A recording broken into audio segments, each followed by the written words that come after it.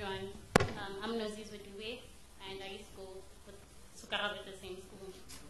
It all started in grade 9, when Karabo and I were in the same class at Tekla High School. We instantly clicked because of her body, full of life, full of energy, humorous personality. She used to imitate people. She was so good at imitating our teachers. A day would never go by without us laughing. She used to love laughing and cracking jokes. I remember going to Karabo's house for the very first time. Her parents were so welcoming, kind and loving.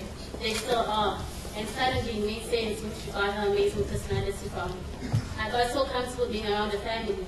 I would visit them in her absence. Mom and Baba. You raised an amazing person, full of life, who was willing to fight for what she believed in. And I was fortunate enough to be her friend. My friend was so ambitious. She wanted to be so many things. There was a time she wanted to be a DJ, then she wanted to open a beauty spa, then she wanted to be a TV personality. And I used to say to her, Umgani, you make it. You can be a DJ, open a beauty spa, and be a TV personality. You can be whatever you want to be. You were so driven. You just need to be focused. She used to say to me, Umgani, I can't wait for us to finish school so the real grind can begin. But she used to say, Umgani, you and I are going places. We will make it in this thing called life. I would just look at her in awe and be amazed at how confident she was in us, in our dreams. One thing I admired about Karabo was the way she loved. She loved wholeheartedly, with all of herself. When she said, Ngani, that's my time, I knew she meant it because of her actions. She backed it up. You and I have shared so many memories, so much laughter, so much growth, always and forever. Thank you.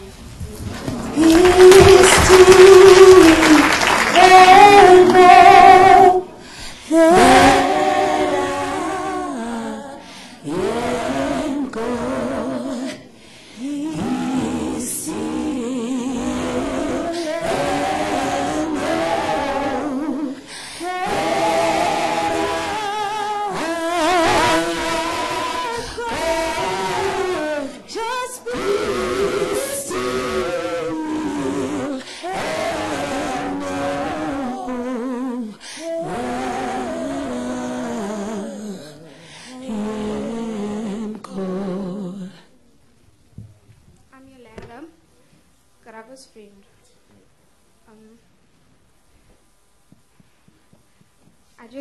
I just wrote a poem in honor of Karabo. Much too often, lives are taken away from us.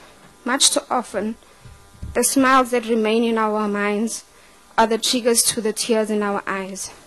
Much too often, we forget to sing the praises of those who we care about while they are still alive. And so, when we gather together, we are most hurt by what they cannot hear. Much too often, we forget to care. Much too often, we look for something to blame.